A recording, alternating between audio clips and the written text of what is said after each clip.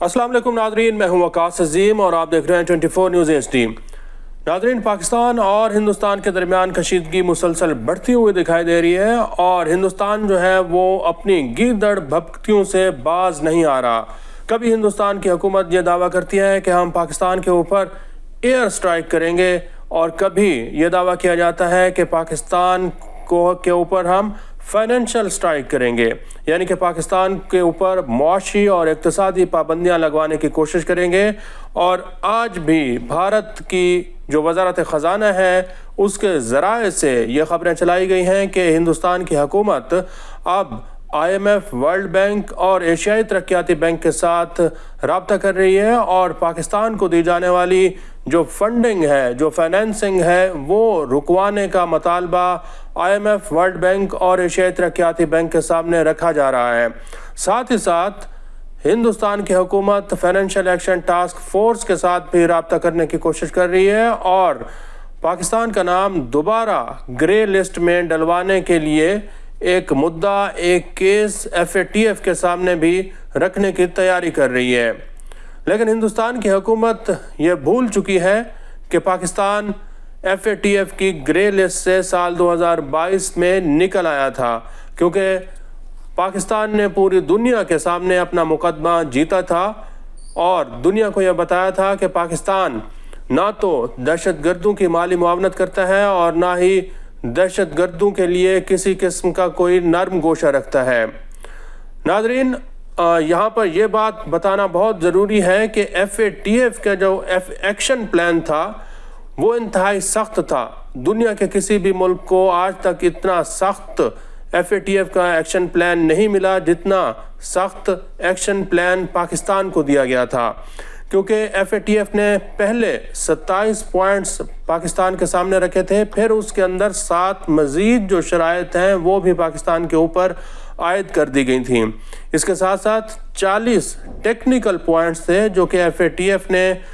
पाकिस्तान के ऊपर लगाए थे और इन 40 शराइत के ऊपर भी पाकिस्तान ने अमल दरामद करना था। पाकिस्तान ने सितंबर 2022 में 34 FATF के जो नुकात थे उनके ऊपर अमल दरामद करके ग्रे लिस्ट से बाहर निकला और फिर फरवरी 2022 में जो 40 मज़ीद शराइत थी उनके ऊपर भी अमल दरामद किया। अब FATF का जो एक्शन प्लान था उसमें पाकिस्तान ने अक़वाम मुत्तहिदा की करारदादों के ऊपर अमल दरामद किया। अक़वाम मुत्तहिदा की जानिब से जिन तंजीमों को कलअदम करार दिया गया था उनके अकाउंट्स बंद किए गए, उनके बैंक अकाउंट्स फ्रीज़ किए गए, उनके असासे मुंजमद किए गए, उनकी नकल हरकत के ऊपर पाबंदियाँ लगाई गई और उनकी जायदादों को भी जब्त कर दिया गया। पाकिस्तान ने साथ ही साथ जो एंटी मनी लॉन्ड्रिंग कवानीन हैं उनके ऊपर भी सख्ती से अमल दरामद किया और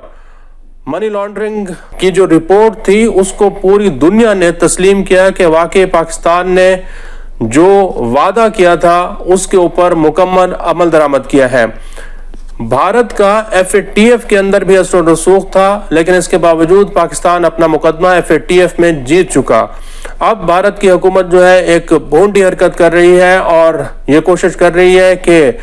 इन इदारों के अंदर जो भारतीय नयाद ओहदेदारान बैठे हुए हैं उनको किसी तरह इस्तेमाल किया जाए, उनको सियासी मकासद के लिए इस्तेमाल किया जाए और उनको पाकिस्तान के खिलाफ इस्तेमाल करके पाकिस्तान के ऊपर इक्तिसादी और मुआशी पाबंदियां लगवाई जाएं। भारत ये समझ रहा है कि इस वक्त वर्ल्ड बैंक के जो प्रेसिडेंट हैं अजय बंगा, चूंकि उनका ताल्लुक भारत से है, तो मोदी सरकार अजय बंगा को ये दरख्वास्त कर रही है कि चूंकि आप भारत से हैं तो आप देखें कि पाकिस्तान के ऊपर पाबंदियां लगवाएं। इसी तरह IMF के एक जो डिप्टी MD हैं उनका ताल्लुक भी भारत से है। तो भारत ये समझता है कि शायद ये जो भारतीय नयाद ओहदेदारान हैं, आला ओहदों पर बैठे हैं, ये इस्तेमाल हो जाएंगे और पाकिस्तान के ऊपर पाबंदियां लगवाने के लिए एक राह जो है वो हमवार कर देंगे। लेकिन भारत को अब बहुत बड़ी बगावत का भी सामना करना पड़ रहा है और आज ही ये खबर आई है कि मगरबी बंगाल के अंदर पाकिस्तान का झंडा लहरा दिया गया है। मगरबी बंगाल में एक रेलवे स्टेशन के ऊपर 2 नौजवानों ने पाकिस्तान का झंडा भी लहराया और पाकिस्तान जिंदाबाद का नारा लगाया और हिंदुस्तान मुर्दाबाद का नारा लगाया। जो मगरबी बंगाल के अंदर लोग मौजूद हैं, सियासी तज्जियाकार हैं, सियासी माहिरीन हैं, वो ये दावा कर रहे हैं कि ये सिर्फ मगरबी बंगाल तक का सिलसिला नहीं है, बल्कि बहुत सारी ऐसी हिंदुस्तान की रियासतें हैं जहां पर अब आज़ादी की तहरीकें जो हैं वो जोर पकड़ रही हैं और मोदी सरकार के खिलाफ लोग अलम बगावत जो है वो बुलंद कर रहे हैं। 7 ऐसी जुड़वा रियासतें हैं जहां पर इस वक्त हिंदुस्तान की हुकूमत को अलहदगी पसंद की जो तहरीकें हैं उनकी भरपूर किस्म की मज़ामत का सामना करना पड़ रहा है। और अब बांग्लादेश के जो मुशीर कौमी सलामती हैं मेजर जनरल फजलुर रहमान, उन्होंने भी पाकिस्तान की हिमायत का ऐलान किया है और ये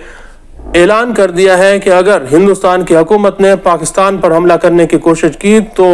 हम ये हिंदुस्तान की जो 7 रियासतें हैं इनके ऊपर फौरी तौर पर कब्जा कर लेंगे।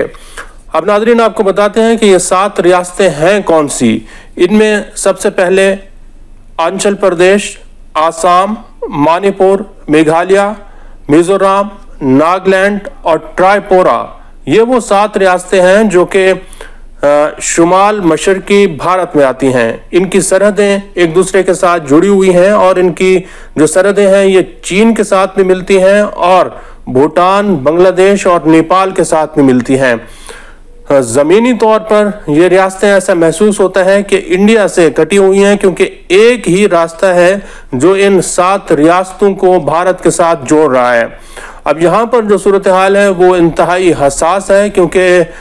बांग्लादेश की हुकूमत ने भी पाकिस्तान का साथ देने का ऐलान किया है और वहाँ पर जो अबूरी हुकूमत के सरबराह है मोहम्मद यूनुस, उन्होंने चंद रोज़ पहले चीन का दौरा किया और चीन के सरमायाकारों को, चीन की हुकूमत को दावत दी है कि आप बांग्लादेश के अंदर आएँ, हम आपको तमाम तर सहूलियात भी फराहम करेंगे और तमाम तर मराहत भी देंगे। आपके लिए बहरी जो बंदरगाह है इसका रास्ता भी खुला हुआ है। आप